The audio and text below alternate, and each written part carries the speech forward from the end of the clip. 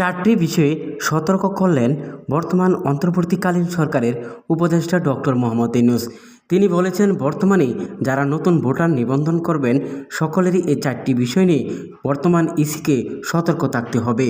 আসসালামু আলাইকুম ভিউয়ার্স, আশা করছি সবাই অনেক ভালো আছেন। দেশ ও বিদেশ থেকে যারা আজকের এই নতুন আরেকটি ভিডিও আপনারা দেখছেন, আপনাদের সকলকে জানাচ্ছি আন্তরিক অভিনন্দন ও শুভেচ্ছা।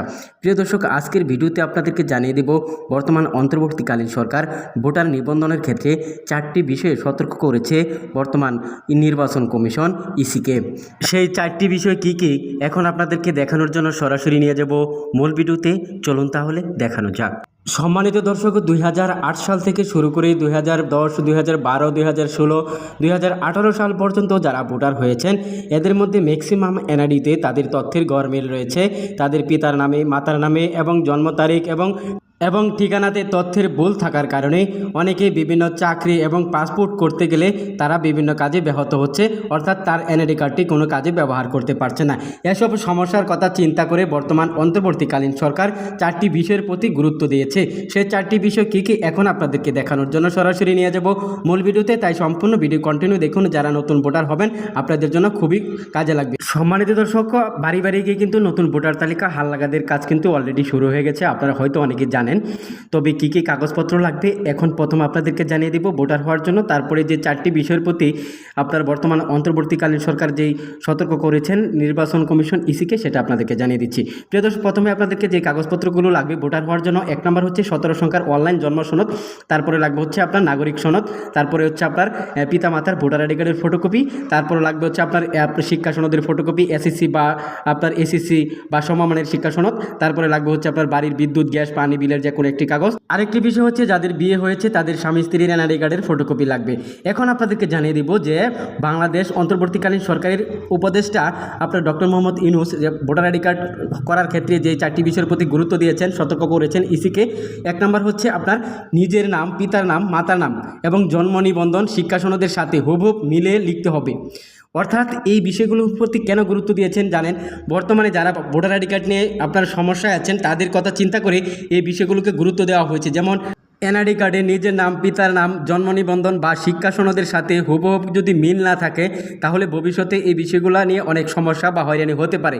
এজন্য তারা এই নির্দেশটি দিয়েছে যাতে ভোটার আইডি কার্ডে আপনার নিজের পিতার, মাতার এবং আপনার জন্ম সনদের সাথে শিক্ষা সনদের যে তথ্যগুলো রয়েছে যাতে হুবহু মিল থাকে, এই বিষয়গুলো নিয়ে তারা ভোটার করার জন্য বলা হয়েছে।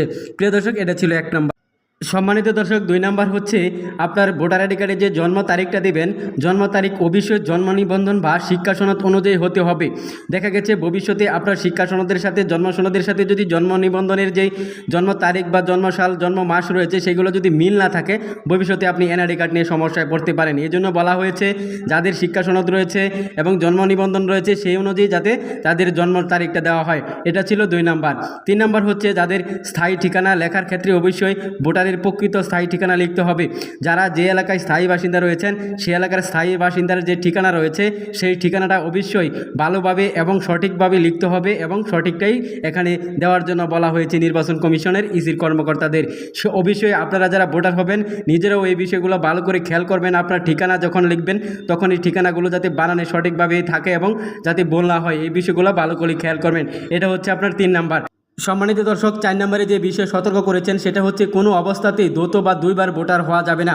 প্রিয় দর্শক, বর্তমান অন্তর্বর্তীকালীন সরকার বর্তমান নির্বাচন কমিশন ইসিকে বলেছেন কোনো অবস্থাতেই যেন একজন নাগরিক 2 বার যাতে ভোটার না হয়। 2 বার ভোটার হলে যে সমস্যাগুলো হতে পারে, দেখা যাবে যে নাগরিক বা কোনো ব্যক্তি যদি 2 বার ভোটার হয়ে যায় তাহলে আগের এনআইডি কার্ড এবং বর্তমান এনআইডি কার্ড দুইটাই তার লক হয়ে যাবে, একটি এনআইডি কার্ডও সে পাবে না। প্রিয় দর্শক, আপনারাও নিজেরাও সতর্ক থাকবেন এই বিষয়ে 2 বার ভোটার না হওয়ার জন্য। প্রিয় দর্শক, এই 4টি বিষয় আপনারা মনে রেখে বা গুরুত্ব সহকারে ভোটার হবেন, তাহলে দেখবেন ভবিষ্যতে যখন আপনার এনআইডি কার্ড তৈরি হবে সেই এনআইডি কার্ডটি আপনার সব কাগজপত্রের সাথে মিল থাকবে, আপনি পাসপোর্ট এবং চাকরির ক্ষেত্রে কোনো ধরনের কোনো সমস্যা হবে না। সো আজকে এখানে শেষ করব। পরিশেষে বলতে চাই, আপনারা এই ভিডিওটা যদি কোনো রকম কাজে লাগে চ্যানেলটি সাবস্ক্রাইব করে সঙ্গেই থাকবেন এবং ভিডিওটা সবার মাঝে শেয়ার করে দিবেন, অন্যদের দেখার সুযোগ করে দিবেন। সো আজকে এখানে শেষ করছি। আসসালামু আলাইকুম।